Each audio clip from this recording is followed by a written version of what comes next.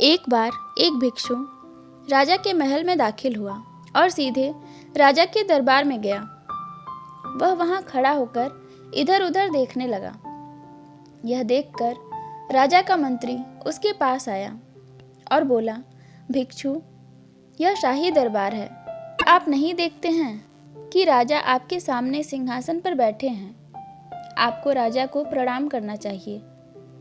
भिक्षु ने उत्तर दिया, अरे मंत्री, तुम जाकर अपने राजा से पूछो कि क्या वह अपने मन का गुलाम है।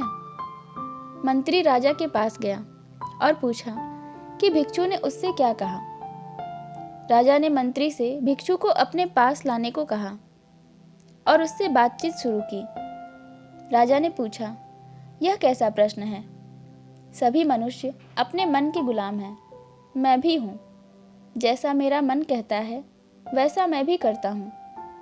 यह सुनकर भिक्षु जोर जोर से हंसने लगा और बोला, राजन, आप मन के दास हैं और मन मेरा दास है, अतः आप मेरे दास के दास हो। अतः मैं आपको प्रणाम कैसे कर सकता हूँ? तुम राजा नहीं हो, तुम मन के अधीन हो। भिक्षु ने तब राजा को समझाया कि यदि घोड़े को उसके सवार द्वारा नियंत्रित किया जाता है तो घोड़े को भी कहीं भी ले जाया जा सकता है जहां सवार जाना चाहता है, क्योंकि घोड़ा सवार के नियंत्रण में होता है। लेकिन अगर घोड़ा सवार के नियंत्रण में नहीं है, वह सवार को उसकी इच्छा के विरुद्ध कहीं भी ले जा सकता है और उसे किसी भी खतरनाक स्थिति में डाल सकता है। इसीलिए बेहतर है कि घोड़ा सवार के नियंत्रण में हो, न कि सवार घोड़े के नियंत्रण में हो। यह भिक्षु का अहंकार नहीं था कि उसका मन पर नियंत्रण था, बल्कि उसमें राजा के लिए कल्याण की भावना थी। राजा को भिक्षु की बात का अर्थ समझ में आ गया और वह अपने सिंहासन से उतरकर भिक्षु के चरणों पर गिर पड़ा और उनका आशीर्वाद लेने लगा।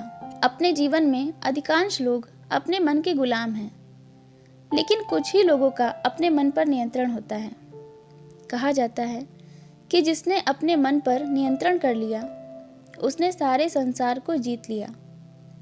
मन को वश में करना बहुत ही मुश्किल है, लेकिन नामुमकिन नहीं।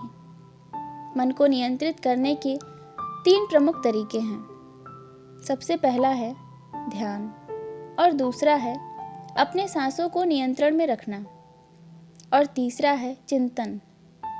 ध्यान अपने मन को नियंत्रित करने का बहुत ही अच्छा और पुराना तरीका है।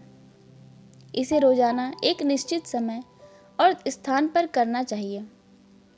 शुरुआत में आप 5 मिनट तक ध्यान का अभ्यास कर सकते हैं और धीरे धीरे इसे बढ़ाकर 30 मिनट तक कर सकते हैं। आप अपना ध्यान अपने शरीर की चल रही गतिविधियों पर केंद्रित कर सकते हैं, जैसे अपनी सांस या अपने मन के विचारों पर। धीरे धीरे आपके मन के विचार और इच्छाएं कम होने लगती हैं। धीरे धीरे आपका अपने मन पर नियंत्रण होने लगता है। और दूसरा है ब्रीदिंग एक्सरसाइज। यह भी दिमाग को नियंत्रण करने का एक प्रभावी तरीका है। कहा जाता है कि हमारी सांसें हमारे मन की लगाम हैं। यदि आपका अपनी सांस पर नियंत्रण है, अपने मन पर भी नियंत्रण होगा। आप मेडिटेशन से पहले कुछ समय के लिए ब्रीदिंग एक्सरसाइज कर सकते हैं। इसका असर और भी बढ़ जाएगा। चिंतन भी मन को नियंत्रण करने का एक तरीका है। उदाहरण के लिए मान लीजिए कि आपके मन में सिगरेट पीने की इच्छा उत्पन्न होती है। इच्छा को दबाने के बजाय आप जबरदस्ती धूम्रपान के बुरे प्रभाव के बारे में सोचने की कोशिश करें और उसके दुष्परिणामों की कल्पना अपने मन में करने लगें। तब आपका मन धूम्रपान की इच्छा को छोड़कर आपके वश में आने लगेगा। अपने मन को नियंत्रित करना आवश्यक है, क्योंकि यदि आप अपने मन पर नियंत्रण रखते हैं तो यह आपको प्रगति की ओर ले जाएगा। यदि आप अपने मन के वश में हो जाते हैं तो यह आपके विनाश का कारण भी बन सकता है। अपनी सुविधाओं के अनुसार इन तीनों में से किसी भी तरीके का अभ्यास कर सकते हैं और आप पाएंगे कि इससे आपका मन काफ़ी हल्का हो गया है और आप पाएंगे कि इससे आपका जीवन काफ़ी सरल हो गया है। इस कहानी को सुनने के लिए धन्यवाद।